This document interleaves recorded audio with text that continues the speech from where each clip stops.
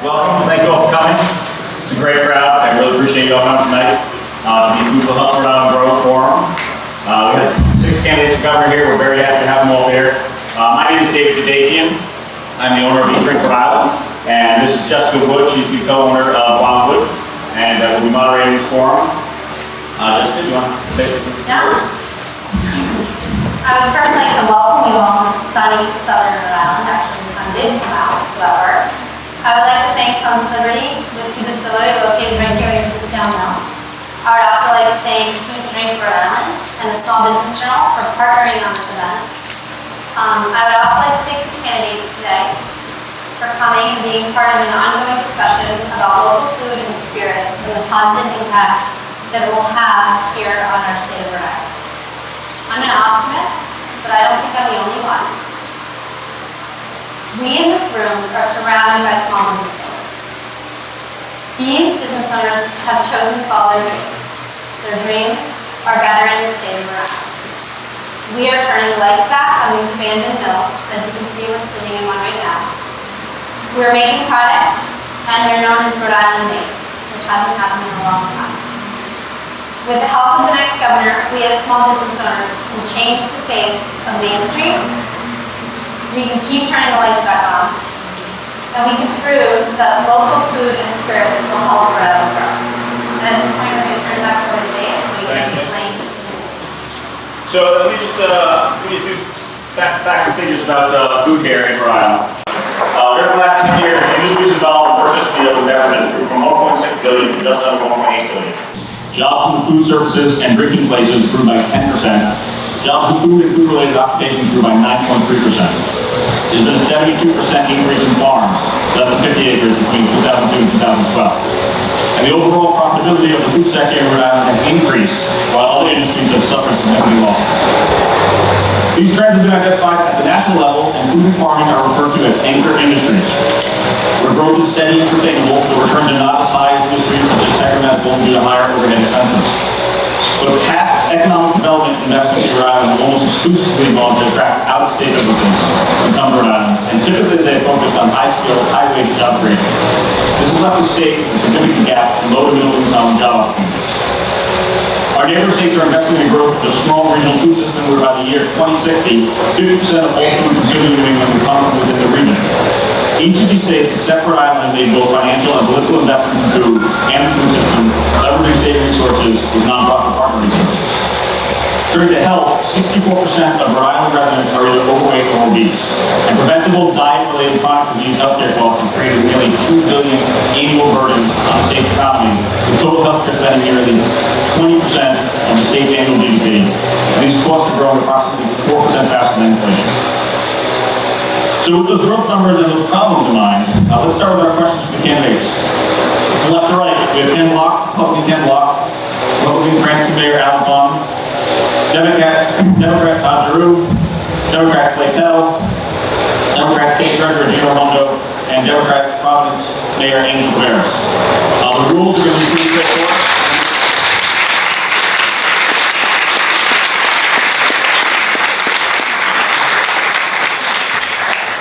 Thank you all for coming. All candidates coming. It's forum. We're not, it's not a hard debate by any means. So the rules are pretty straightforward. We can ask questions. We'll start with Ken, and we can start the next question with Val, and so on and so forth. We're going to give you 90 seconds to answer these questions. I realize it's very short. We want to try and get as many questions as we possibly can. Jessica's our timekeeper. It's not a hard 90 seconds, and we'd like to try and get as many questions. I've got so many great questions from so many people who are here. It's amazing, so we're going to try and get through all those. So why don't I just jump right in with the first question. And at the end, we're going to allow each candidate to have closing remarks. So the first question is, how would you invest in sustainable anchor industries like food, where growth is steady and sustainable, but returns are not as high as tech or medical? Thank you, and good evening, everybody. I want to thank the Sons of Liberty for allowing us to come in today, and I'm very sad that this is one. I was told I can't have anything left. Investing in sustainable anchor. My in-laws grew up in corn country in Minnesota, and when they came out east, they bought a 150-acre farm outside of Albany. And they farm that. It's hard farming, not all that different than a lot of the farming that we have here in Rhode Island. It is critically important for us to have a vibrant and sustainable local industry dedicated to agriculture. One of the things that I'm focused on is helping our schools to have a closer relationship with that industry. I would like to see the University of Rhode Island develop a deeper agriculture program. I'd like to see a better cooperation between URI and our local farms. It's through academics and cooperation with local business. It is how we're going to help educate the next generation of people who are going to farm the land and help us innovate as we go, because innovation goes hand in hand with agriculture in today's society. Thank you, Mayor. First of all, thank you all for being here. Thank you to Sons of Liberty, Wildwood Catering, and Rhode Island Small Business Journal for sponsoring this. I came from the restaurant business. I was born and raised in Rhode Island. My parents came here, immigrated here, and started a Chinese restaurant 35 years ago. So I know exactly about the front of the house, the back of the house, and all that it takes to run a small business.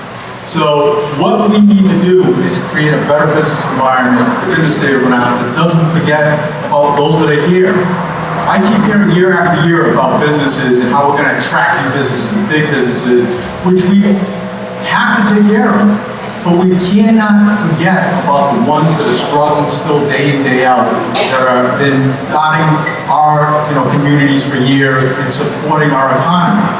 And that hospitality, tourism industry, the restaurant industry, that has been a big driver of our economy in the state of Rhode Island. What we have to do overall is, and I propose a $200 million tax reform plan, tax reduction plan, that will cut the corporate tax, particularly that minimum corporate tax that many of you pay as small business owners in half at a start. Let's drop our sales tax down to equal Massachusetts so we stop the flight over into our neighboring borders. Those are some of the little impacts that can make a difference within our community and make us very competitive in the Northeast.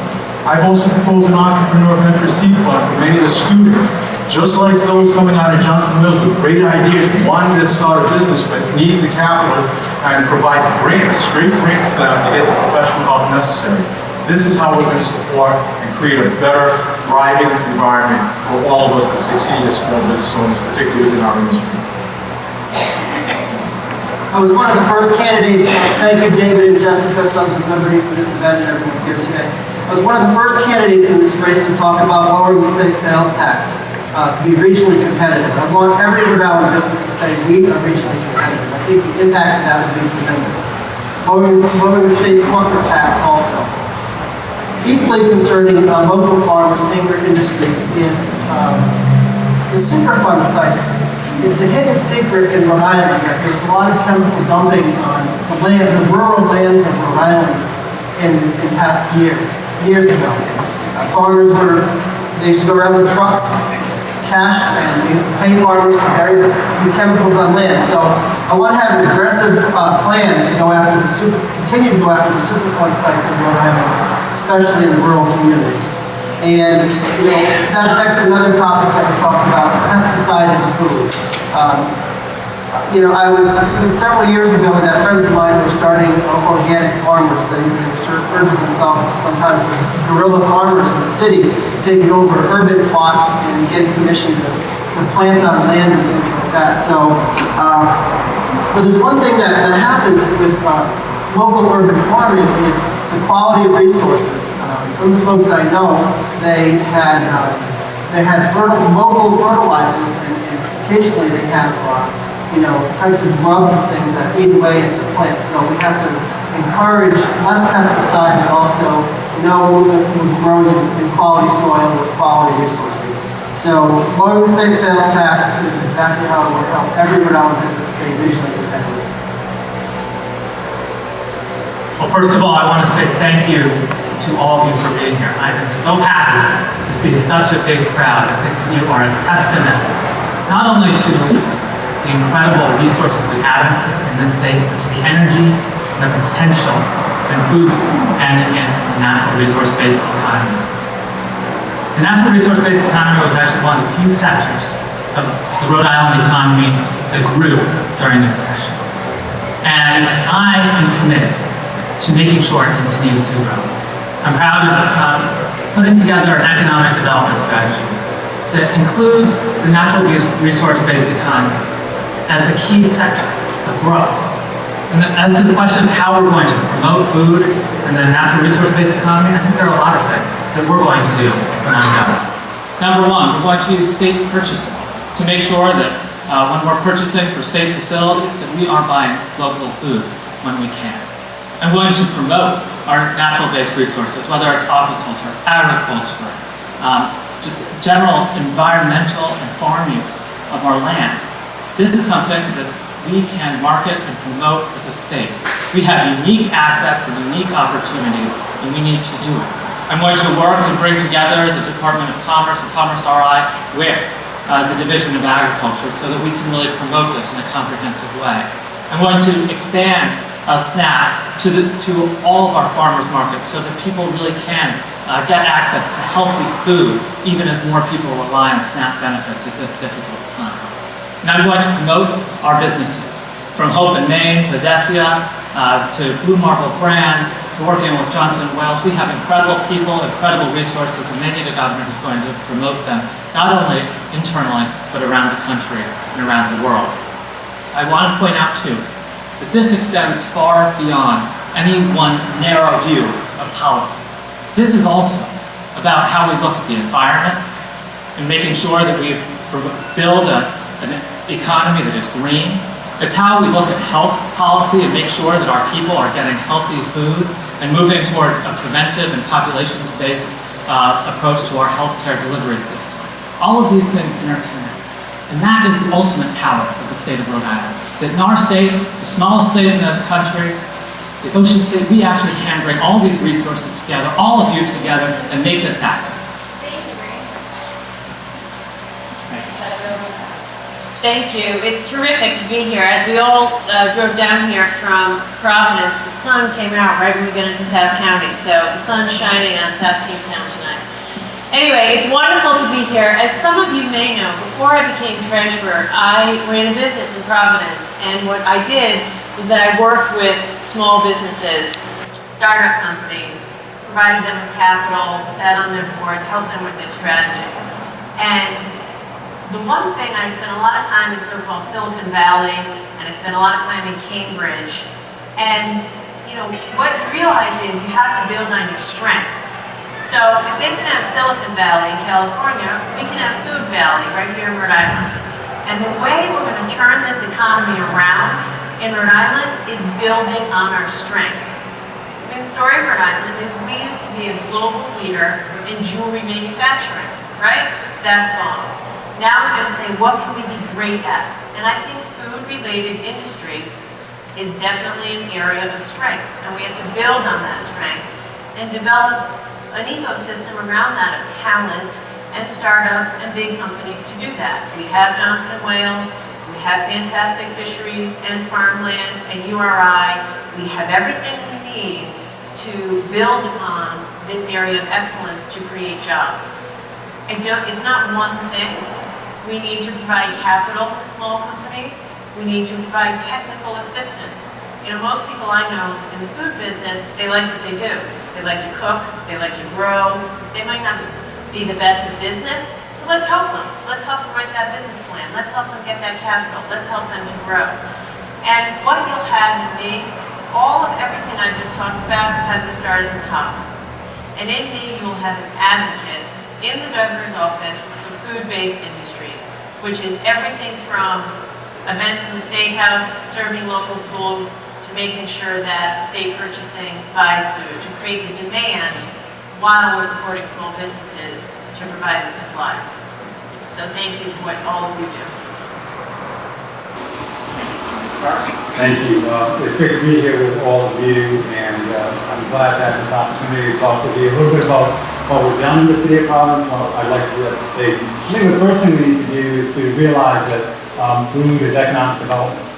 One of the things I did as mayor is I started a Department of Economic Development in Providence, and I took the Department of Agriculture and Tourism and put it in that department because I recognized that it was a way to grow our economy. And I know that I'm talking to a lot of folks here who know that, but we need to have that conversation at the state level. 10% of the jobs in our state come from tourism, and food is a very important part of that. Urban agriculture is growing, and we need to make sure that it continues to grow. The farm to table movement that is going on across the state is extremely important.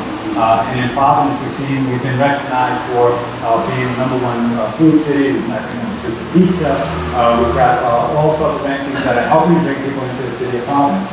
One of the things that we've seen has been that over the last 4 years, with the meals tax, for example, we've seen a growth of about 16% in terms of meals tax because of the fact that more and more people are involved and also people are going out to eat more.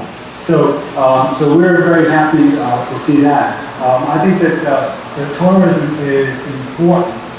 Food tourism is important. I was proud that we were the host of the first National Food Tourism Conference in the city of Providence. Proud of the work that we've done with SNAP, working with Farm Fresh Rhode Island to encourage healthy eating. We need to have strong advocacy on behalf of the food industry. We need to recognize that the growth of the food industry is good for our state, it is good for our health as well. So I look forward to working with you also on workforce development, something that Mayor Fung and I have held job fairs for. Look forward to working with you there and also with DEN as well in terms of time. I think my time is up. I get the bells going hard. Yeah, if you could just be a little timid. Yeah, I'm trying. She's trying. We thought about taking all shots of whiskey every time you said jobs in the economy, you didn't pay for them, but I don't think. Preserving open space for farming and also affordability for farmland and the next generation of farmers. Start with that, Actually, that is a very critical component to what we have to do, because I've seen it even in the city of Cranston, where as a city we've been growing, and it's grown significantly now, particularly in the western side, where at one time it was a lot of farmland. And now what you're seeing is suburbia up there with a lot of residential homes. We have to take a step back and make sure that we provide the opportunities for many of the farmers that are out there to continue to succeed in farming. We've done that, and also to preserve open space. We've made sure and invested back to ensure some of the properties are continued to be held in trust and not sold for just more development, residential or otherwise, so that it preserves and allows the farmers the opportunities to continue their trade and keep a lot of their open space. What we've also done is ensure that whenever there's been any old property, we've had a connection with Subside Community Land Trust that provides opportunities for farming, and those type of relationships and partnerships have to continue in many areas, even within urban areas of our cities and towns across the state of Rhode Island.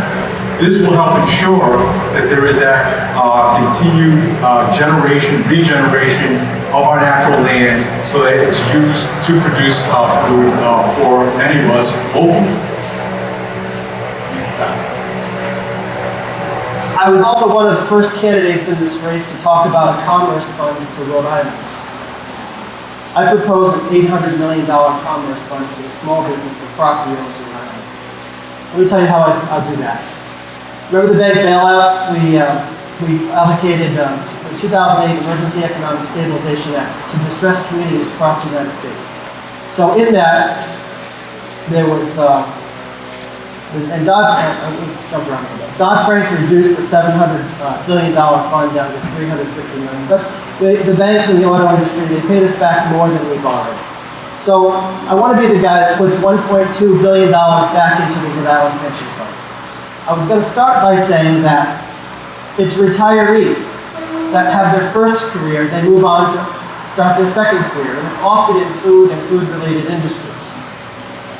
So, by putting $1.2 billion back into the Rhode Island pension fund, that takes care of the $70 million loan we loaned the teachers fund. And that's going to allow us to lower the Rhode Island state sales tax by the full 1% that was added after the RISD crisis of the 90s. You know, it was a number of years ago, I met a farmer who says, I'm 80 years old. He says, I'm still working this piece of land, and it's the property taxes that's driving me out of business. And I'll just say this.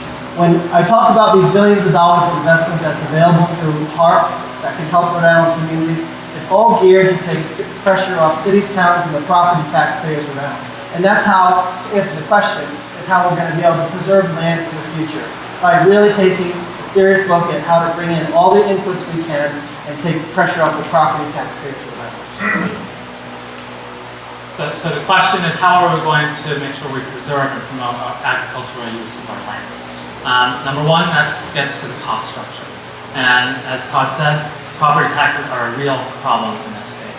And so making sure that the state is providing aid to municipalities so that they in turn aren't raising taxes is crucial.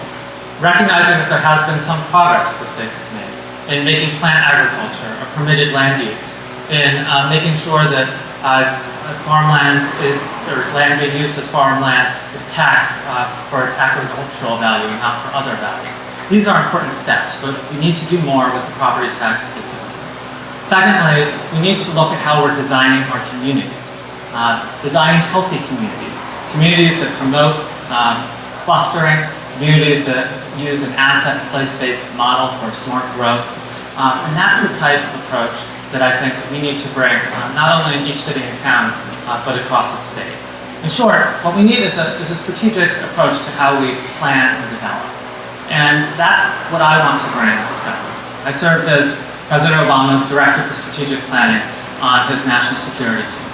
And I think what we need to do is look at the areas of strategic strength in this state, including our agricultural growth, and make sure that is part of our economic development plan. Being open to new ideas, new industries, and bringing together a lot of the silos that have existed from the Division of Agriculture to Commerce RI, and bringing people together around it. Thank you. As I said earlier, we first have to recognize that this is an opportunity of greatness for Rhode Island. This is a real strategic advantage. I think we're one of only two or one of a few states where farming is actually growing as a business. So we ought to celebrate that and expand that. There's no one thing. We need to take a look at zoning and make sure that our zoning laws and regulations in the urban areas as well as the outside of the urban areas make it easy to do farming. We need to look at our regulations. I can't tell you how many small business people, farmers and otherwise, tell me the regulatory framework in Rhode Island is too cumbersome and too difficult. DEM tells me to do one thing, CRMC tells me to do another. What am I supposed to do? And by the way, I'm just trying to farm the land to make a living and don't really have time to figure out the difference between all these regulations. As your governor, and I've said this many times, it's time, we need to make it easy to do business. Small businesses and small farmers feel like they did something wrong after they're done dealing with the regulatory bodies. We need a government that is reaching out to small businesses saying, how can we help you? We need to streamline the regulations, get rid of the redundant regulations, make sure that the different agencies are talking to one another so there's not contradictory information, and we need a person in the Commerce Court who is a person who's going to reach out and say, we're going to help you deal with this labyrinth so you can run your business. Thank you. The first thing I think is we need to change the way we look at it. We need to look at this as an investment. We need to look at this as an economic investment and also as a health investment. Because when we have urban farming, that's good for our economy. It also is good, David talked about it a little bit earlier, in terms of obesity, fighting obesity, and the things that come along with that, all the different challenges that come along with being overweight. So that's the first thing, is change the way we look at this as an investment. The second thing is, I'll just give you an example of what we've done in Providence. We have the Lots of Hope program. What we've done is actually take lots that are abandoned, that aren't being used, and we turned them into urban farms. And and we are attracting people from all walks of life to be part of the farm. We did it right on Manson Avenue, and something that I'm very proud of, working with the Southside Community Land Trust as well. So we've actually started to do that and recognize the importance in an urban area of having farming going on.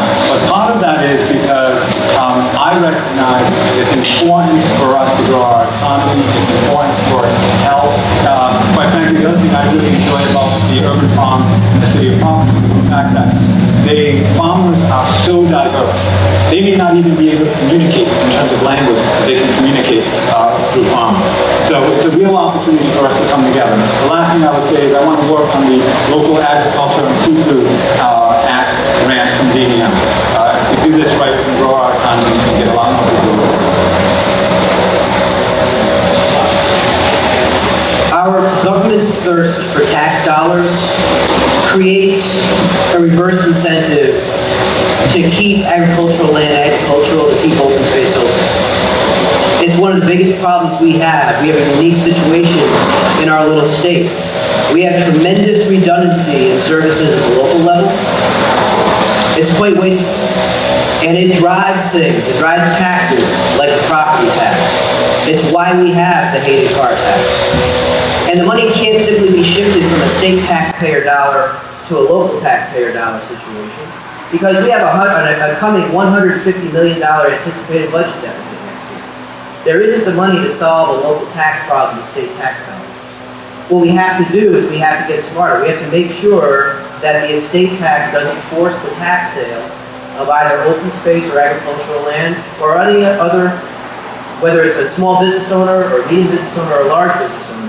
When the estate tax forces a sale as the asset moves generationally, that's a problem. The bigger problem is, and I have to pick on Lincoln, Rhode Island as an example, they have 6 independent fire departments in Lincoln. 2 of them are a mile and a half apart from each other. One owns a $700,000 ladder truck. The other one wants to buy them.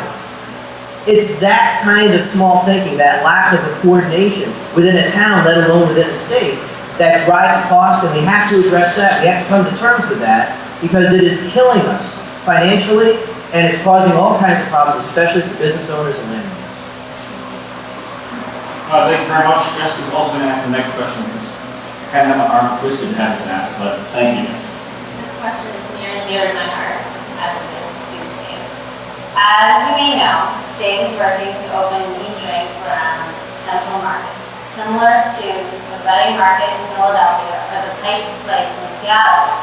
What will you do to ensure this project is successful, be it financial assistance, real estate development, zoning, and food? As Ken's picking on the firefighters, this is a great time to announce to you all. This past week I received an endorsement from the former past president of the Firefighters Union in Providence, Stephen Day. And I'm very proud to be able to tell you all that. As I started to mention earlier, it's retirees often that open these new businesses. And where I was going with that is that the pension cuts in Rhode Island are preventing $4 billion of consumer spending in Rhode Island.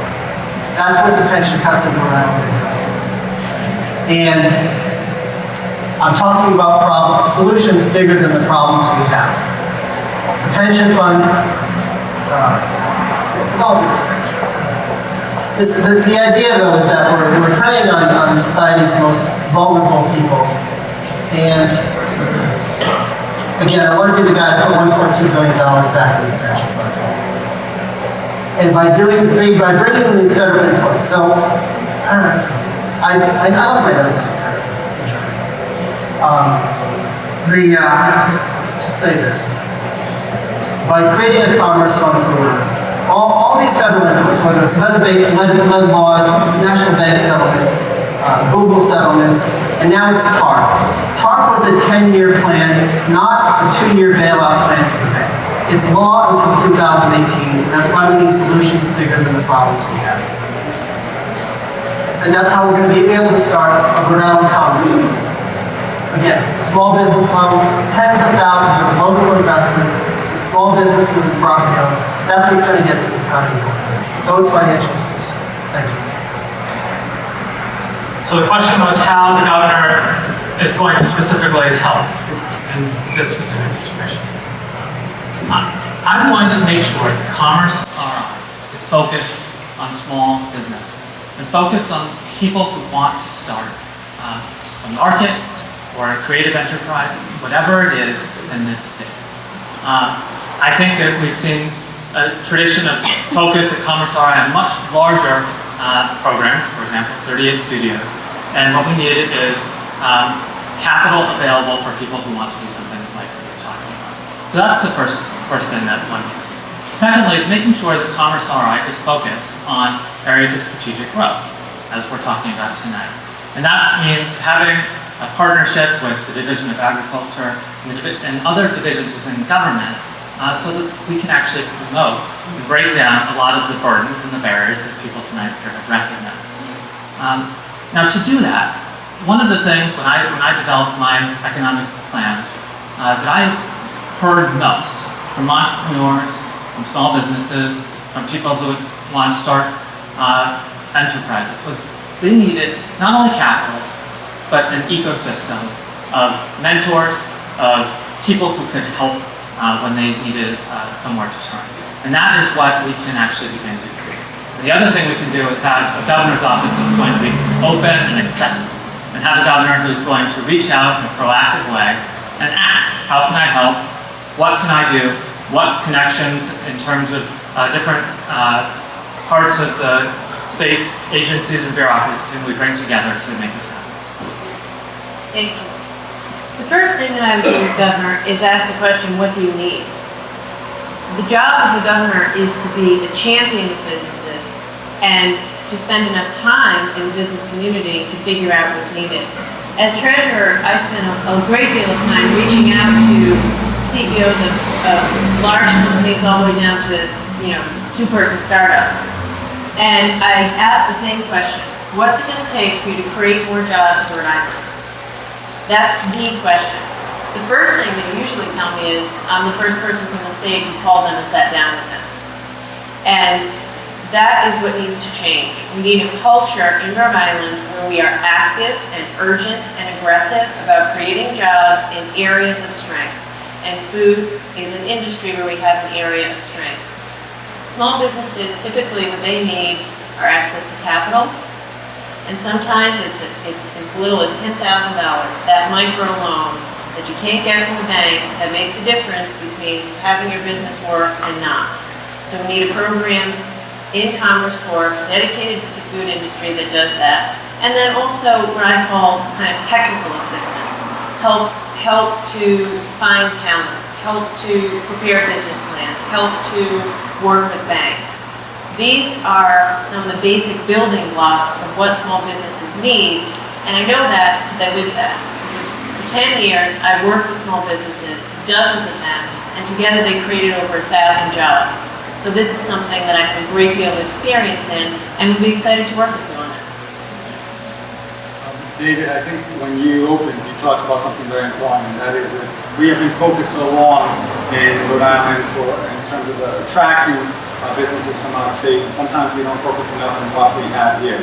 So one, we need to reorient that focus. We need to refocus on what we have here, and that's the first thing I would do in terms of the Commerce Corp and making sure that they're focused on urban agriculture, on growing businesses here, and providing the resources necessary to make that happen, whether that be in the form of a loan, a forgivable loan that can convert into a grant. There's all sorts of different things that we can do, but part of it has to be a priority. Second thing I would tell you is real estate development that you talked about as well. In Providence, we've worked with Pawtucket. We've worked to put all the available city-owned property online to make it easier for people to search for that property. And that's something that was just featured and used some young folks from the technology that just featured in the New York Times. But that's something as well. Making that property, letting you know where the property is, where it's available, and also, quite frankly, if it's underutilized, making sure that you can use it in a good way. The last thing I would just talk about is zoning. We are rezoning in the city of Providence because we recognize that it's time to do that. And it's been a long process, but part of that as well is making sure that we're respectful and that we recognize the important uses that we want to encourage in the city. I would encourage the state, other cities and towns throughout the state to do that, to make it easier, not harder, to grow businesses, especially in terms of urban agriculture. I'm a small business owner in Rhode Island. I own 2 small businesses. I got into politics for 2 reasons. One was my children. They're 10 and 12. And I know that if we don't turn our economic environment around, the opportunities they're going to want when they graduate are likely not to be here the way they haven't been for so many other children who've already left the state. The other reason I got involved in politics was my accountant, who year after year beat me over the head and told me to get out of Rhode Island and move to Massachusetts. And that is the crux of what's broken in Rhode Island. We're doing economic development all wrong. We have the country's worst ranked economic climate, and we have to fix that if we really want to fire up our economy and we really want to be a place where we can expand the jobs that are already here and be attracted to new jobs for coming out of state. And we have to do that systematically, we have to do it quickly, but we have to do it because it's really hard to sell ice to Eskimos. And to some extent, that's what we're trying to do with the economic climate that we have, and we're trying to incent businesses, whether here now or from outside to come in, to come. And what do we need to look at? We need to look at unemployment insurance, the cost of unemployment insurance. Temporary disability insurance costs twice as much here as it does in most of the rest of the country. I could go on and on about the different things that we need to do. They're all solvable. These are problems that a lot of other states have already fixed. 15 years ago, we used to call Massachusetts Taxachusetts. Now we don't. So we know there's a model to fix what's broken here. We just need to do it as fast as we can. David, I'd love to have a Reading market in Rhode Island. Because anyone in the food industry that knows what Reading is, it's unbelievable. It's creating a culture. It's creating a tourism culture where it's attracting a lot of people from out of state to go to that market for all of its natural foods that are there produced locally, the innovation that's happening, and that should be happening within Rhode Island too. Because I think, let's face it, we've got a lot of great innovation that's going on here in the food scene. I thought I saw the bee in the audience. There he is back there. Danielle. Anyone that doesn't know what Danielle's doing in the food industry has their head buried in the sand, because they are producing a lot of great cured meats that are going not only here in Rhode Island, but all across the world. That should be highlighted in a marketplace in Rhode Island, along with all the other local producers that are happening. But the only way you're going to get there is by working with someone who's got the vision to create a Reading-type market so that we attract people outside into our state, because it could be a tourism hub. How do you do that? Flexibility in zoning, like what Mayor Tavares talked about. You do that so that you work with the developers to make sure that can happen. But most importantly, from a financial incentive, you can rehab a lot of old mills properties that are sitting there with historic tax credits. David, if you're looking, I've got a great piece of property that you can deal with in the city of Cranston, called the Cranston Printworks. It's sitting there that I've been trying to market for years. But that's the type of innovation that can be drawing tourism and capital into cities and towns in our state and outside. Hey, we're going to turn to health now. Start with health. How would you increase the amount of fresh, healthy local food sold to families, which would reduce healthcare costs due to hunger, poor nutrition, and obesity, as well as create jobs in the food sector? First of all, I think we have to recognize the real challenge that we have. The population that is food insecure in Rhode Island grew by 50% since 2002. Providing healthy food can be a real part of the solution. That's why I think that we should use state purchasing to promote the purchasing of local food and agriculture whenever we can. That's why I think we need to make SNAP benefits, which have begun to be accessible in many farmers markets, accessible across the board. It's why I think we should be promoting healthy living, and exercise as well. But when we look at health, looking at it in a broader way, recognizing it includes approaches to what we eat, but it also includes how we design our communities. Designing healthy communities, spaces where people can have community-based agriculture, where people can get access to fresh, quality food, and where people can include exercise as part of their daily lives, and where the healthcare policy of the state pays for and rewards that type of behavior. Thank you. First, to make an excellent point, the benefit of supporting the food industry isn't just to put people back to work in Rhode Island. It makes us healthier, it's good for our children, and it's good for the environment. I've got 2 kids in public school system, and I almost never let them buy lunch because the quality of the food is often not nutritious. And recently my dad was in the hospital, and the same thing. The quality of the food. This is a person who's supposed to be getting better in the hospital, and yet the food wasn't particularly healthy. And yet we have a vibrant agricultural sector in Rhode Island. The governor can play a powerful role to encourage local food use in our public schools, in our hospitals, in our universities. They've done this successfully in New Haven with Yale. They're using a lot more locally produced food. We ought to be doing that here with URI. The students at URI deserve it. It'll make them healthier, it'll help the economy, and it's the right thing to do. At the end of the day, anything we do to create demand for more locally grown food and locally produced food is a good thing, because it keeps people healthier and it supports the local economy. And there are a number of ways through our state institutions and our nonprofits and our city institutions that we can encourage that.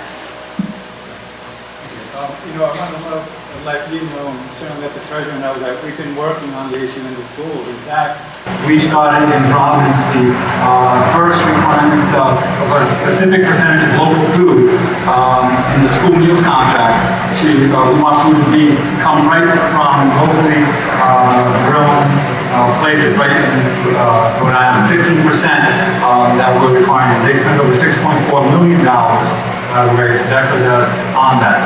And that's because we want to make our meals more nutritious. And I'm proud of the fact that we've done that. I'm proud of the fact that we have a Healthy Communities Office as well in the City of Providence, the first of its kind. It used to be the Mayor's Substance Abuse Prevention Council, but it's much more than just substance abuse. It's about healthy eating, healthy food, healthy lifestyle. And see Ellen, who's here from the office as well, and has done tremendous work with that. And we're being recognized by the National League of Cities and other folks for the work that we're doing. I think it's important that we focus on doing everything that we can to encourage people to eat healthy.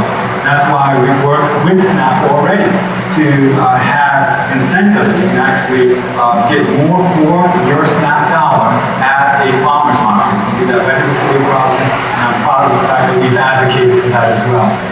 It needs to be a priority, and you need to have a leader who understands that. My experience in Providence has shown me that, how important it is, and I think my actions reflect the way I feel about it.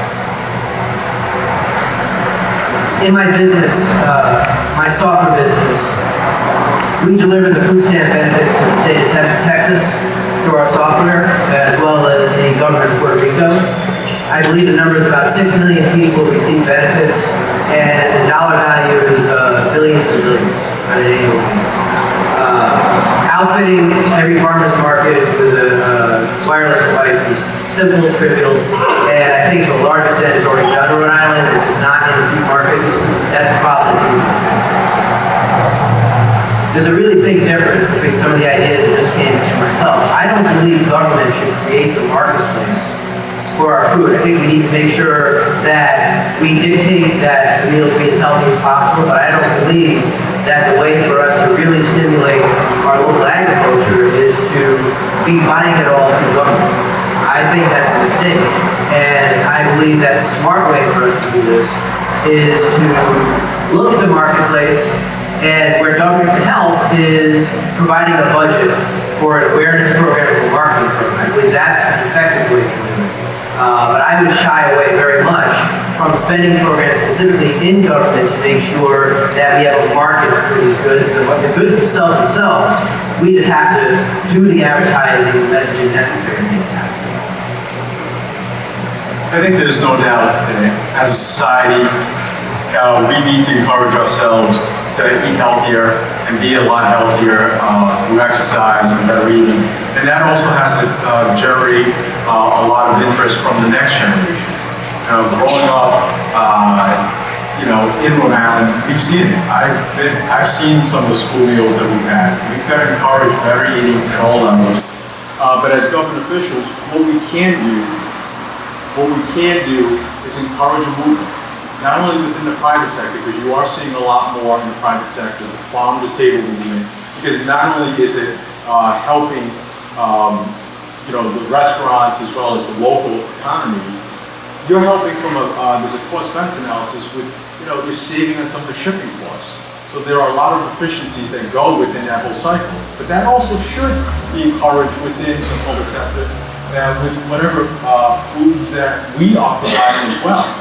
So we've got to make that commitment as a whole to encourage that dialogue continues at all levels, both in the private sector as well as in the public sector. And that translates also to better educational initiative with the next generation of students that are coming in, because we do require a lot of them to continue with exercise within as part of their daily activities within the schools. But eating is another part of that initiative that has to be reinforced because it leads to better productive lives overall. It sounds like we're on our way to the Rhode Island fitness test, promoting healthy lifestyle, but it needs to be affordable. The fact is that the Rhode Island landfill is adjacent to the Superfund site. If I'm governor of Rhode Island, there will be no fracking in Rhode Island, ever. In this direction, I'm in a Democratic primary on September 9th. In this direction, there's no Commerce Fund and no investment in Rhode Island. There's cutting $1 billion from the Rhode Island budget. I'm talking about investment in Rhode Island. Billions of dollars of investment that take pressure off cities, towns, and property taxpayers. I was recently at the Warm Center in Westwood, meeting with groups of nonprofits who are providing assistance to people in Rhode Island. We all want healthy food and it needs to be affordable. But the fact is that what I've learned is that some of the tourism is great for Rhode Island, but the food prices don't go down once the tourism season is over. I don't believe that the government buying food is the best way of stabilizing the prices. It sounds to me like a form of communism. But I'm most concerned about the pension reform that is going to prevent $4 billion of consumer spending in Rhode Island. It's a fact. And pension reform is also going to create the need for a $400 million payment due in 15 months from now. I'm focused on growing the Rhode Island economy with solutions bigger than the problems we have. And that's why I talk about these federal inputs that we deserve to have in Rhode Island as part of a 10-year plan of repaid target. All right, thank you. Next question. All right, this question is not only specific to our industry, but I know that this room alone is filled with tons of small business owners that also feel this way. So while this one does come from a restaurant industry store, this pertains to all business. As a new business owner, I was immediately inundated with forms, fees, and pending taxes before my first sale was made. How can you relieve some of these initial burdens on startups to ensure they have a chance to succeed here? Thank you. Thank you. Part of my job plan, I dedicated an entire portion of my job plan to ways that we're going to help small businesses. Because the reality is, most Rhode Islanders work in small businesses, and we need to do everything we can to make it easier to do business. And as I already talked about, a big part of that is streamlining our regulations. We need to look at our regulations and get rid of the ones that are redundant and outdated and conflicting to make it easier. I launched my small business plan at the Foolproof Brewery in Pawtucket. It was a way to both highlight the great opportunity that we have in the food industry and also, highlight this great new brewery. But the owner of that company told me that, in Rhode Island, it's one of the few states in the country where he has to personally show up every single year at the Attorney General's office to do a criminal background check. We don't have the time, I have 30 seconds left, but I know everyone out there has a story like that. One guy who owned a business told me he spent $10,000 over 10 years moving the same set of things in his restaurant 5 times to comply with the Department of Health. Perry Smiley. I'm not talking about him, but all of you have these stories. It has to end because we need to compete. We have 40,000 people out of work. And the number one thing we can do is streamline those regulations. And also, as I said, I want to create a concierge service in Commerce Corp. One-stop shopping. You shouldn't have to spend your time sifting through and figuring out all the 10 places you have to go to comply with the regulations. You ought to be able to go to one place, someone reaches out to you and says, okay, you're a restaurant, you're a brewery, here's the packet, let us help you. Thank you. I talked earlier about refocusing, and I would say the same thing. You need to refocus. Government can be an obstacle, or it can be a partner. And one of the things that is going on in Rhode Island too often is an obstacle.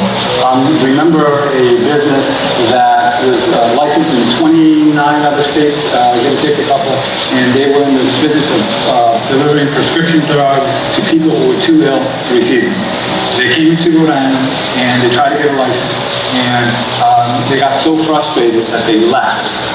Now this is a business that's in 29 other states, and they came into our state and got so frustrated with the process that they decided to leave. It was in the Providence Journal, there was some coverage on it. That shouldn't be the case. We need to make sure we have a state that is more of a partner, especially with small businesses here in our state that want to do it. So that's one of the things. We need to refocus that. Instead of telling people what you're doing wrong, tell people how they can do it right and help them get it right. The second thing is that we do need to make it as easy as possible. That's why in Providence we have done the permitting online, and we continue to try to perfect that as much as possible. That's allowed us to be permitting faster. That's why we have consolidated our departments in one location at 444 Westminster Street, because you shouldn't have to be going to all different places in order to be able to get a permit. And we need to do some of the things at the state level, and that is focus on making it easier, being a partner, and helping businesses start up and grow. You know, I've done a lot of expensive polling since I got involved in politics. I'm going to do a cheap poll right now. How many small business owners are out in the audience? Okay? How many of you have had to interact with the Department of Labor and Training? And how many had a positive experience with that? There you go. So the problem that we highlight, this is for anyone who couldn't see that. There wasn't a single hand up that I saw.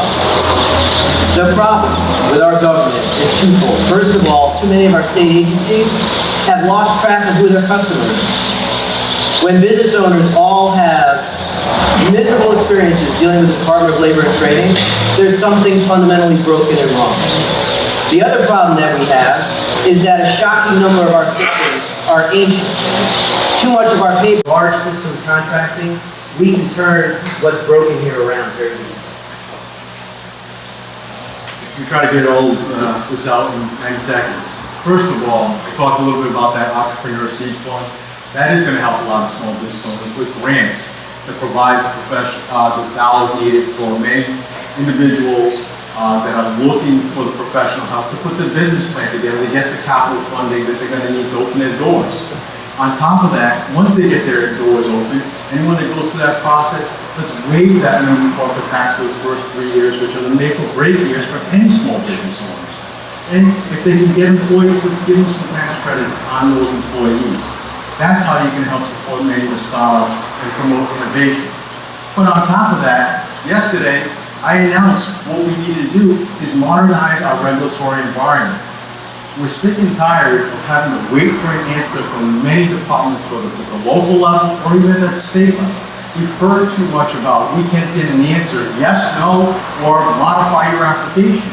I propose putting together legislation, or actually I was proposing to put an executive order together to make sure that any application doesn't sit on anyone's desk. And if it's not given an answer within 60 days, then it's deemed approved. How's that for expediting the process? And lastly, talking about a concierge service, we've done that in Cranston to proactively work with the applicants. They're gonna have to touch many departments, having a high-level team of our directors working together, proactively spotting issues to get people through the permitting process and anything else that we need. And that's what I'll do as governor too. I've been in construction 25 years, and I've witnessed businesses close. They waited so long to open that they waited to close, that they ended up closing. It's happened with pizza shops, retail shops. You know, and back in 2010, retail business owners would talk to me and say, it's too bad they can't offer any tax rebates or tax credits to the property owners that are accommodating to the new retail businesses. You know, in a downturn of the economy, we just need a little bit of relief, a little bit of tax relief, rent relief, any way of creating that. And I've also talked to the billion-dollar developer from Boston who said, we'll never invest in Rhode Island again. This was the American Touristry Plant in Warren, Rhode Island. So we have so deterred people from starting a new business in Rhode Island through the sales tax, the corporate tax. As part of the Commerce Fund idea that I have, I want to make sure that we retain our best and brightest students. I want to make sure that we don't have hardships on people who are changing careers. So we absolutely need to provide waivers to the startup fees to the businesses, and I think we should be offering rental help and stabilization of taxes to property owners that are encouraging new business in Rhode Island. Well, I will recognize and build on some of the efforts that are already underway. As I recognize in government, you can only get things done by building on the efforts that were there before you got there, during the time you were there, and after. And one of those is the regulatory reform, the regulatory review that the governor's office has currently begun. And that's something I want to continue to build on, so that we really can take action on reducing the unnecessary duplicative regulations that in many cases we do have. From there, I want to improve the quality of customer service. I think that whenever someone deals with state government, whatever department or agency, they should be helped with the solution that they need. They should be guided to what it is and who they need to talk to in order to solve that problem. And I want my office as governor to be an entry point for people to get help. Finally, when it comes to permits and regulation, we know that in this small state of ours, we have far too many regulations. So I believe that we do have to reduce and streamline and have a standard protocol for how long it's going to take for permitting in the way. But the way we're going to do it is by providing incentive to cities and towns so that they work with the governor's office and with each other at a standard period of time to do so. I think we're going to have one final question. The next person to start with, and the question is regarding food trucks. Being required to get individual vending licenses in each city is an unfair burden. Do you support a statewide license that will allow food trucks to vend throughout the state? Well, as mayor of Providence, I may have an issue with that. Mayor Cranston might have an issue with that. Look, we should simplify it to make it easy. I'm supportive of food trucks. I think you know that. You've seen in the plaza. We've also worked to address certain issues with food trucks. Certainly would be happy to see that happen, working with our town administrators and mayors so that we can address any issues that they may have locally. But the more that we can simplify the process, the more that we can visualize it so that they don't have to go through an onerous process, make it faster, more efficient, that's good for everyone. So we certainly would be happy to find a way to make that happen. As a small business owner, I believe that competition is not just good, it's great. Food trucks, we shouldn't have overly onerous burdens on food trucks, especially in a tiny state like the one we have here. You shouldn't have to go jump through hoops in 39 different cities and towns and sometimes drive 2 or 3 miles. We need to do things smarter, we need to do things better. And I know there's been a little bit of a food truck brouhaha in Cranston. And we need to be smarter about that. And we will. I believe that a statewide license is appropriate. That way we're not over-regulating. And if we have to be aware of local businesses, we can come up with some common sense ways to do that as well. We can make sure everybody comes out ahead, but we need to make sure that what we do is that we encourage competition and that we don't hinder commerce. And I think that the way we're handling food trucks right now hinders rather than helps. Food trucks can be a great incubator, and it's a great way, for many students coming out of the college to invest their dollars in a way to get their product up, build up a customer base. And yes, I would encourage a lot more flexibility. However, what we also have to do is balance that off with the interests of many of the individuals that are in bricks and mortar restaurants to ensure that those individuals aren't have unfair competition right at their front doors. It's a delicate balance, and you've got to make sure that both sides have a level playing field in the restaurant environment or in the food industry as a whole. Because I do support a lot of food trucks. It's a great way to incubate. It's a great way to get a different product out there, and it's a great way for many restaurants to start, from that first environment after they built up, a following. And we saw that in Cranston with Poco Loco. Poco Loco started as just strictly as a food truck, and believe me, I'm a foodie, I love food. I follow them around on Facebook all the time. But then they got enough of a customer base to, stock their own restaurant. But it's got to be a delicate balance without overburdening one to the detriment of the other. And that's where the delicate field, and that's why we've taken a cautious approach. We didn't take some of the drastic approaches like banning all food trucks like we've heard some of the Dallas community, but government officials have to do their due diligence. A Rhode Island business should be a statewide business. And if they find a great new location to sell their wares, then they should have a week or two to get their local permit. But a statewide business should have the ability to sell where they choose. They're a mobile business. We can set up the registration fees and go along with it. But a statewide business should have that flexibility. I don't believe the wait and see approach is always the best thing for Rhode Island. I think often we're going to watch other states create revenue while we fall farther behind. And that should not be the mode of operation of Rhode Island. And that's why I would support statewide concessions in Rhode Island. My answer, yes.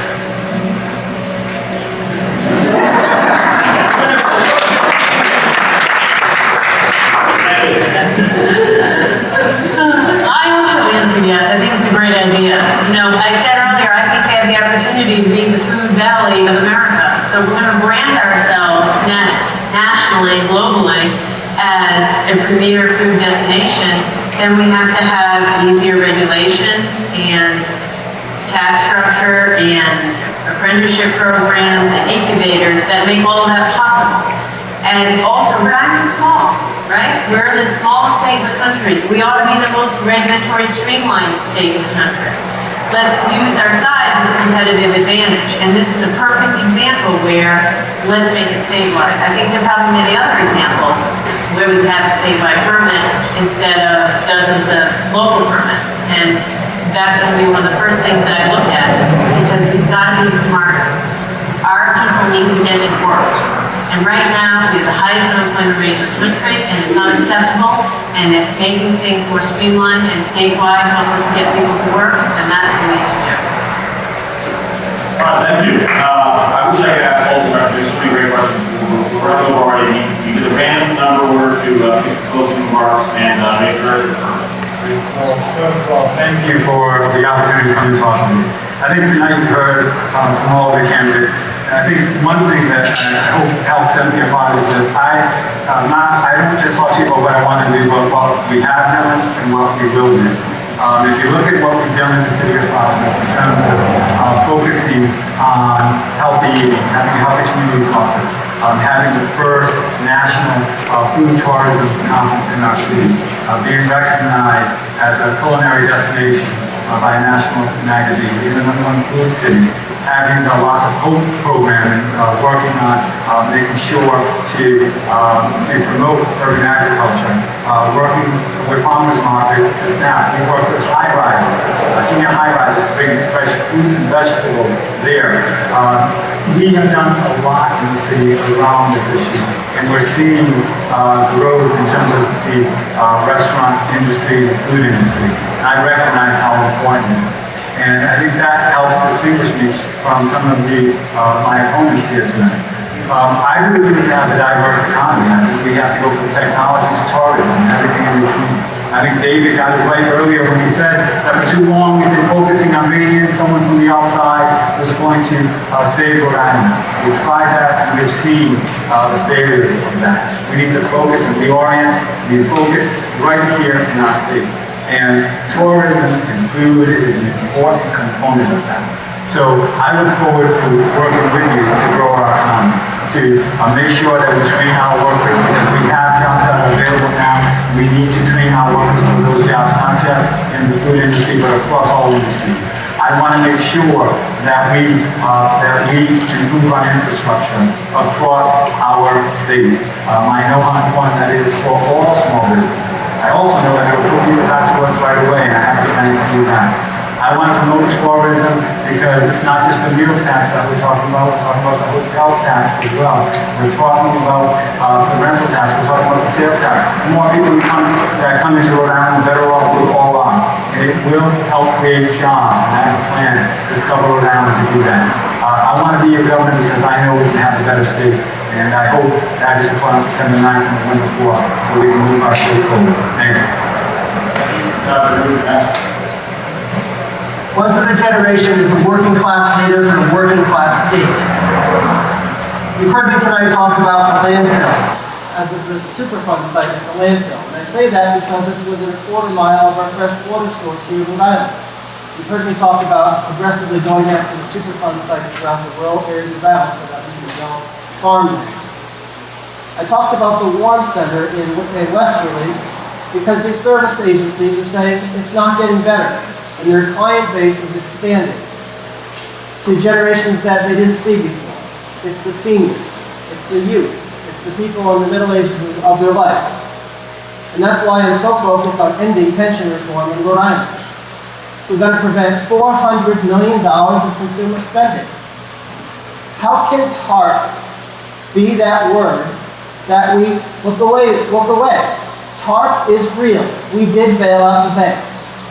And that money was supposed to be returned to communities for small business loans, green projects, infrastructure, and there was a provision in TARP for pension insurance. Any statewide pension that lost over $1 billion before 2010 was to qualify.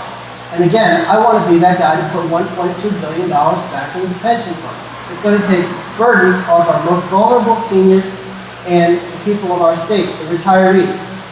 I hear from people who put into the pension fund, firemen, cops, teachers, saying that if I put that money in the bank, that money would be there.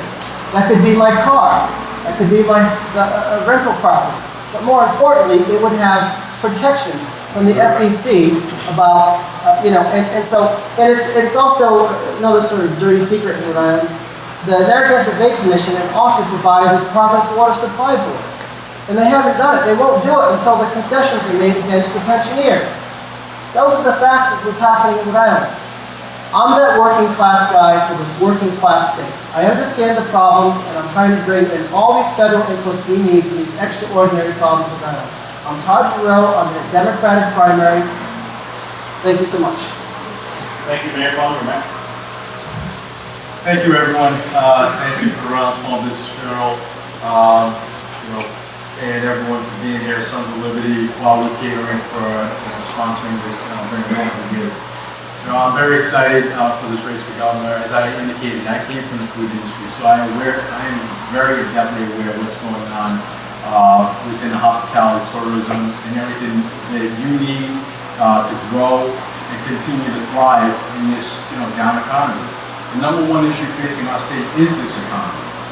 And out of all the individuals that are here, I've got the experience leading the city, the third largest city, implementing a lot of good reforms that have led to a better business environment where over 1,000 new jobs have been created. Working with business owners, small, medium, and big, making sure that we get people back to work. And that's why I'm running for governor. Because as a state, we really have to make sure that we take care of ourselves. And that starts with that $200 million tax reform plan that will put dollars back into the business owners' pockets, make us one of the most competitive in the Northeast, and send a message to all of you, but also employers outside the state of Rhode Island, in the Northeast, that we want them there. That's how we're going to end up growing our economy. And with my unique experiences from the small business sector, working from that life in a large company, as well as my experience in government, there are real results, real reforms that we've been able to implement to help our residents in Cranston, but I want to take to the next level and help the people of the state of Rhode Island to make our state truly open for business once again. So I appreciate the opportunity to be here tonight, and I'd love to have your support. You know, I prepped for this all wrong. My staff said it's Eat, Drink, Rhode Island. I brought a bib, and I'm ready to go. And I'm hungry. We have a lot of work to do to fix what's broken here. But everything that we have to do is achievable, and it can be done in a reasonable time frame. When I asked the business owners here who had a good interaction with the Department of Labor Training and nobody raised their hand, you know you have an issue. I was at the Department of Motor Vehicles yesterday. I had to go for my dad. I was waited for 2.5 hours before I was able to get to the counter. And then, although I prepped as carefully as I could, I still didn't have all the right paperwork. I had to come back. We need to do government better. Our government needs to spend state taxpayer dollars as carefully as you all spend your company's money, and as carefully as you all spend your own personal dollars. That's what we want out of government. That's what we expect. And that's what we have to improve on here in Rhode Island. Our problems are addressable. And I feel like I need to repeat that over and over again, because there's a lot of people in Rhode Island who feel that we can't fix the problems that we have. But I know that we can. Other states have addressed almost every issue that we suffer from right now. They have. We can change. And we will change. We have to consolidate services. I will lead the way on that. Rhode Islanders want solutions to the problems. I'm dedicated to bring the solutions to the problems that get in your way from a business perspective, that get in the way educationally, that get in the way governmentally. We can solve them. We will solve them. We simply need a leader dedicated to getting it done, and I would like to be that leader on your behalf. Thank you so much. Thank you, Thank you, David and Jessica, for organizing this together with the Rhode Island Food Policy Council and all of you. I am not an elected official, but I have seen the power of public service to make a difference in people's lives. Every single day, someone comes up to me and tells me how they earned a Pell Grant, and how a Pell Grant helped them to go to college, to build a career, to raise a family. And most importantly, what they tell me is what it meant to them that the country, the nation, invested in them and in their future. Well, I believe we have to invest in our people and our future again. My experience is distinct in this race, and that's what I offer: a fresh perspective, with new ideas to the challenges that we face and how to overcome them. I will make sure that every public high school student has a career training internship so that they can get the skills that they need. It's called the HOPE internship. I will make sure that we have the HOPE Scholars Program to cut the cost of college for our students in this. I'll support a women's equality agenda to strengthen protections in areas like pay equity, domestic violence, and making sure full access to reproductive care. And I will fix our crumbling roads, bridges, ports, and other infrastructure with my infrastructure rehabilitation and replacement program. That is how I will invest in our future. And that's why I ask for your support on September 9th. Thank you. Last but not least, please. I stand between everyone here and the whiskey. Thank you for having us tonight. It's been terrific to be with you and terrific to be down here in South County. I have to tell you, food has always been very special in my family. On one side, my grandpa was a butcher. I was the only 7-year-old that knew all the different cuts of meat. And on the other side, my other grandfather was a cook and eventually worked his way up to being a chef. And we always had huge gardens. To this day, I have a garden with my kids. And we were just raised to respect food. And therefore, that's kind of the value that I take to this whole discussion. As governor, my number one priority is getting Rhode Island back to work. And the way we're going to do that, we need to rebuild this economy. We are way past small steps and plans that create 1,000 jobs or a few hundred jobs. We have tens of thousands of people out of work, and we need to reinvent this economy. And to do that, we're going to focus on our areas of strength. And the fact is, food-based industries are a real area of Rhode Island's strength. We have Johnson & Wales. We have amazing farms. We are the ocean state with great fisheries. We have amazing new breweries and restaurants. So let's build on that. Let's support our small businesses. Let's market this state. I propose a nationwide marketing plan for Rhode Island to increase tourism here and brand ourselves as a culinary destination. It works. New York City did it. Philadelphia did it. We can do it. We can create thousands of jobs in tourism-related industries if we market ourselves strategically to the rest of the country. Let's streamline our regulations. Let's make it easier to do business. And let's create that ecosystem of talent and capital and incubators to help businesses flourish here, and then brand ourselves to do that. And if we do all of this, we will begin the process of creating thousands of jobs for people who need to get back to work. And finally, at the end of the day, what we really need to do is create jobs for everyone, because people need money in their pocket to be able to buy food. And that is why I'm running for governor. So thank you for listening to us today.